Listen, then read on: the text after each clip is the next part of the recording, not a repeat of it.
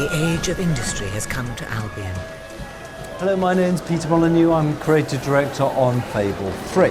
And for me, it's still got the core of what I love about RPGs. I mean, I love leveling up, for sure. I love feeling more powerful. That's a core of an RPG game.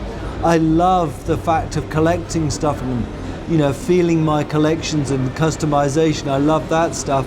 But I hate the techiness and the fiddliness and the sort of billion choices of, there's 150 things that you can change about your character. I hate that sort of stuff. So I love that on the RPG stuff, on the action adventure stuff. I love the drama, I love the story, I love pacing, I love, changing the pace on the player all the time. So why can't we bring these two things together and make them, sort of live together very comfortably? I mean, I guess if you had to sort of press me down with sodium pentothal and say, what were you thinking when you were thinking of Fable 3? I think it's slightly more like an action-adventure game than it is an RPG, yeah. So making people care, I mean, absolutely, the dog is still there. He's just a dog. He's got no superpowers again.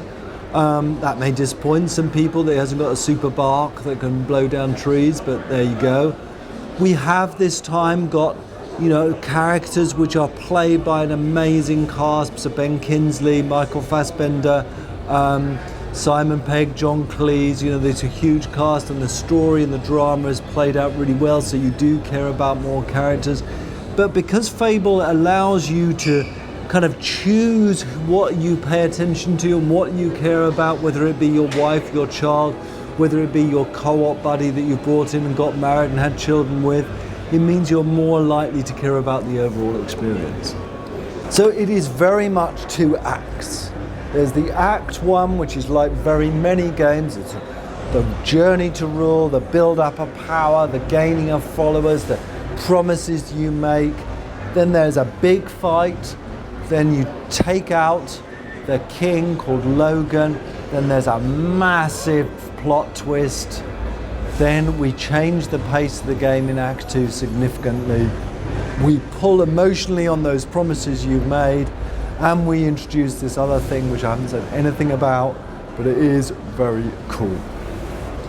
In Fable 3, we make sure that there is this game mechanic called followers. You get followers for fighting people, followers to doing quests, followers for all sorts of things.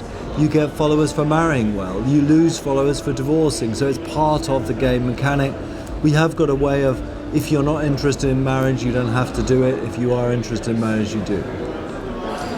The sensible thing to do if you are a designer is to actually look at your own work and critique it and see what's worked and what hasn't. And, there's some very schoolboy errors in Fable. It is completely down to me, giving the creative direction that I gave on Fable 2 and making the big mistakes that I made. And, I just, stand in front of a mirror and just punch myself in the face until I kind of pass out. Because, things like the interface, things like not weaving the game mechanics into the story, things like the trivial, gimmicky nature of half the stuff in the game that the people got excited about, that's just not good enough. I mean, as you know, you think, after me being in the industry for this long, I would have actually learned that. So, you look at that first of all, you get some interesting statistics about, only 20% of the people who played Fable actually changed their weapon of their own free will. More than half the people who played Fable understood less than half of the features and used less than half of the features. Less than 15% actually truly used the customization feature.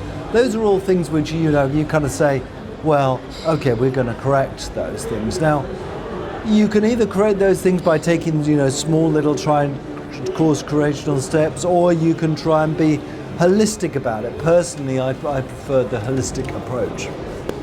I really think the Kinect is a big thing. I think it does change an awful lot. It's not just another version of motion control. It's in a genre of its own. And I think the Fable, I obviously love doing Fable, but it takes us 2 years to make a controller-based game around the Fable universe. When you're doing something around Kinect, it does rewrite the book. And for me, You know, I really think anything that we do with Kinect in Fable should be significant. It shouldn't be trivial. And we did experiment with some trivial, sort of giggly stuff, but you know, to be honest with you, me facing you and saying we've got Kinect, you know, and Fable is better with Kinect, I just don't think it was meaty enough that did either of the franchise, either Kinect or Fable justification. That doesn't say that we've stopped doing Kinect or we are doing Kinect or comment on anything else. My name is Peter Molyneux. I'm the creative director on Fable III. It's coming out on the 26th of October 2010 on the 360 and a few weeks later on the PC, and it's going to be great.